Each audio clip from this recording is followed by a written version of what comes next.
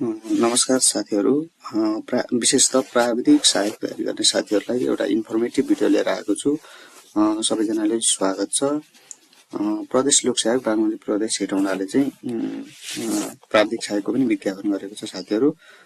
त्यो लगायत अरू अप्राविधिक र प्राविधिक सहायक 5 तहका विभिन्न पदहरूको लागि विज्ञापन गरेको छ, जसमा चाहिँ हामीले सूचना प्रकाशन चाहिँ यहाँ 82 पुस 24 मा भएको छ। हामीले यहाँ हेर्छौँ बागमती प्रदेशको जुन चाहिँ यहाँ अनलाइन फर्म भर्दाखेरि चाहिँ हामीलाई एउटा लिङ्क दिएको छ, यहाँनिर छ https URL दिएको छ।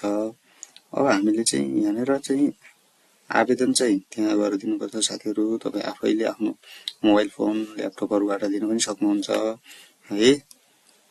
त्यसै गरी हामीले चाहिँ यहाँनिर विभिन्न पदहरूको लागि विज्ञापन देख्न सक्छौँ। अन्य साथीहरूले पनि तपाईहरुलाई इन्फर्मेटिभ नै हुन्छ, यहाँनिर तपाईहरुले पज गरेर हेर्न सक्नुहुन्छ। प्रशासनको साथीहरूले, त्यसपछि लिएर महिला विकास, सब इन्जिनियर, बाली विज्ञान वा यहाँनिर प्राविधिक सहायक कृषितिरका पनि छन्। त्यसपछि हेल्थतिर छ हैन। त्यसपछि लिएर staff nurse, pharmacy, lab technician, radiographer सबै छ है। तपाईहरुले विस्तृत रूपमा हेर्नु होला। र साथीहरू परीक्षा मिति चाहिँ अब यहाँनिर तोकिएको छैन, समयपछि प्रकाशन गरिने भनेको छ। अब पछितिर आउला। मलाई लाग्छ यो निर्वाचनले गर्दा पनि एक्जाम अलि ढिलो हुन्छ जस्तो लाग्छ, प्रभावित हुन्छ होला निर्वाचनले गर्दा। सो तयारी चाहिँ अलि बेजोडका साथ गर्नुभयो भने नाम निस्किने पक्का छ साथीहरू 2083 मा है। र अब यहाँनिर हामीलाई एउटा के गजबको हामीलाई सूचना दिएको छ भन्दाखेरि हामीले नाम निकालिसकेपछि कुन पालिकामा जाने भने पहिले नै दिएको छ साथीहरू बागमती प्रदेशले है। त्यसै गरी मैले आज चाहिँ प्राविधिक सहायकको विशेषता यहाँनिर भिडियो बनाउन गइरहेको छु साथीहरू। प्राविधिक सहायकको हेर्छौँ हामीले। प्राविधिक सहायकमा चाहिँ तपाईको जम्मा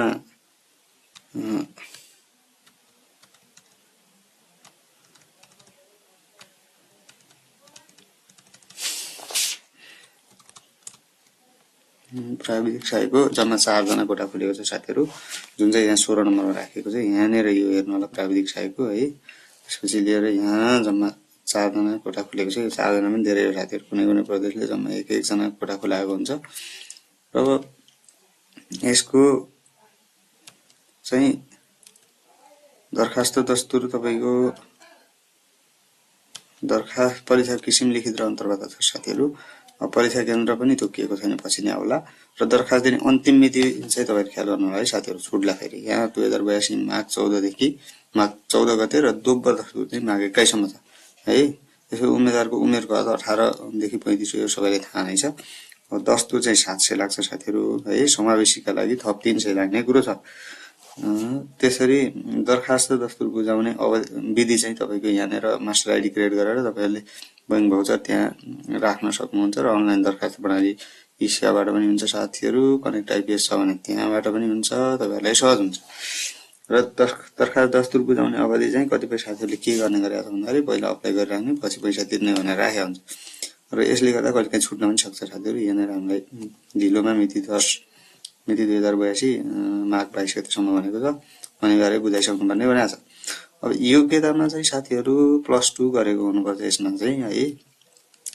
+2 गरेर तपाईको शिक्षा शास्त्रमा +2 गरेको हुनु पर्यो।